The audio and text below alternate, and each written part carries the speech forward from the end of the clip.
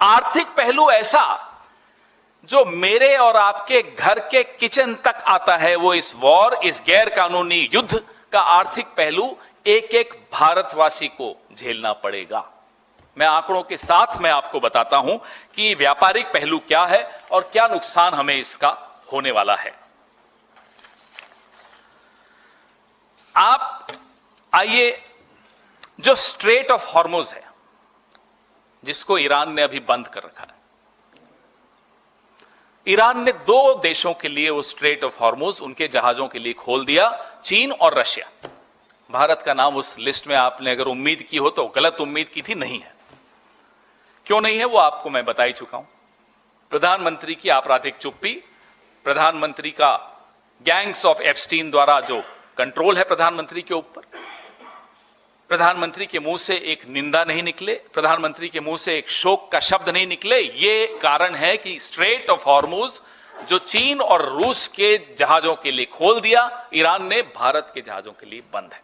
और आज जब मैं आपसे बात कर रहा हूं, 10,000 करोड़ का भारत का सामान, 38 जहाज और 1100 सेलर्स अटके हुए हैं। पॉइंट नंबर 1 मैं फिर रिपीट करता हूं, shipping assets worth 10,000 crore rupees, 38 ships and 1,100 sailors are stuck. Bharat की जो Indian national ship owners association है, उसने भारत सरकार से आग्रह किया है, गुजारिश की है कि साहब मदद कीजिए। भारत सरकार मदद करने की स्थिति में नहीं है, क्योंकि ईरान के साथ भारत सरकार ने अपने तमाम, as they say in English, bridges have been burnt, सारे पुल तोड़ दिए हैं ईरान के साथ। अब आप किस मुंह से उनको कहे कि साहब हमारे ये 1100 सेलर्स, हमारा 10,000 करोड़ का सामान, हमारी 38 जहाज आने दीजिए? नहीं कह सकते आप। Look at the planning, look at the lack of planning, look at the lack of strategy. क्या नरेंद्र मोदी को इजराइल जाने से पहले नहीं मालूम था ये होने वाला है? क्या नरेंद्र मोदी को ट्रेड डील साइन करने से पहले, रूस से तेल मना कर लेने से पहले, ईरान से तेल लेने के लिए मना करने से पहले नहीं मालूम था ये सब होने वाला है? क्या खाक इंटेलिजेंस मिलती है उनको? अब अगर आप इंटेलिजेंस 2014 से लेकर अब तक पूरे विदेश मंत्रालय के अमले को दरकिनार करके हरदीप पुरी, एप्स्टीन और अनिल अंबानी के ऊपर निर्भर करोगे तो यही होगा जो हो रहा है।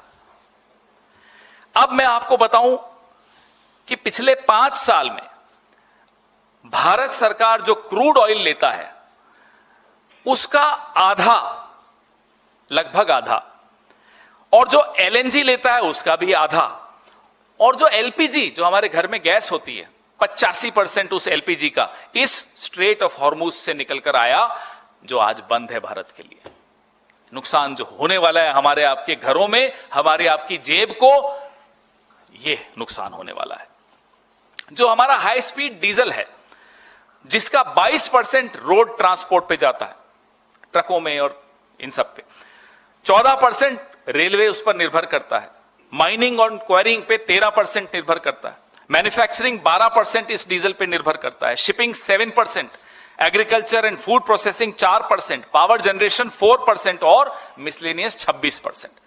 इन सेक्टर्स, इन क्षेत्रों का क्या होगा, ये जवाब कौन देगा? एप्स्टीन देगा, हरदीप पुरी देगा, अनिल अंबानी देगा? कौन देगा? क्योंकि नीतियां तो यही लोग बनाते हैं।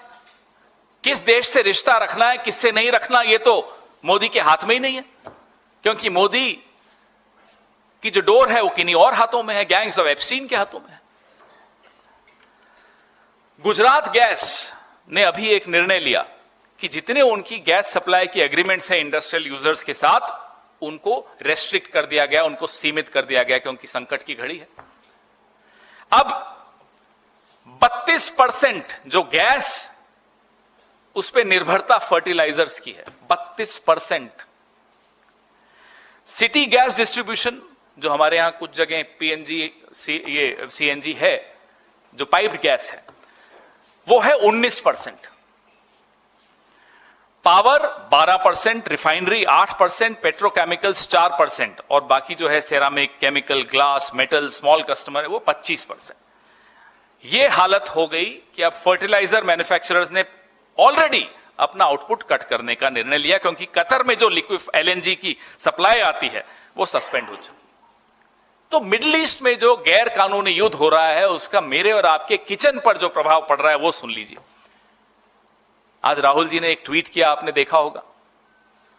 वही चिंता जाहिर है जो चिंता इस देश के प्रधानमंत्री को तब होनी चाहिए थी जब उनके मुंह पे एप्स्टीन का टेप लगा हुआ था। अरे कोई जादू टोना करो, कुछ टोटका करो, इस व्यक्ति के सर पे एप्स्टीन का डर तो हटाओ। ये एप्स्टीन का डर हम सबके लिए भारी पड़ रहा है। 60% एलएनजी यूरिया मैन्युफैक्चरिंग के लिए हम कतर से इंपोर्ट करते हैं। अब वो कहां से आएगा?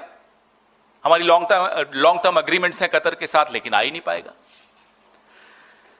अब जो इफको है उन्होंने अपने यूरिया प्लांट्स में ऑलरेडी रिडक्शंस कर दिए, कमी कर दी कि नहीं अब नहीं निकाल पाएंगे, नहीं बना पाएंगे। 40% यूरिया और फॉस्फेटिक फर्टिलाइजर हम मिडिल ईस्ट से खरीदते हैं। बताइए साहब कहां से आएगा? कौन देगा? हरदीप पुरी लाएंगे? एप्स्टीन आइलैंड से आएगा? कहां से आएगा? जो रिसेशन आने वाला है उसकी आप कल्पना नहीं कर सकते। खाद्य सामग्री, तेल, इन सब की जो कीमतें बढ़ने वाली हैं उसकी हम और आप कल्पना नहीं कर सकते। और वो काम हमारा है भी नहीं। वो काम जिनका है वो सरकार में बैठे हैं, वो गैंग्स ऑफ एप्स्टीन के शिकार हैं।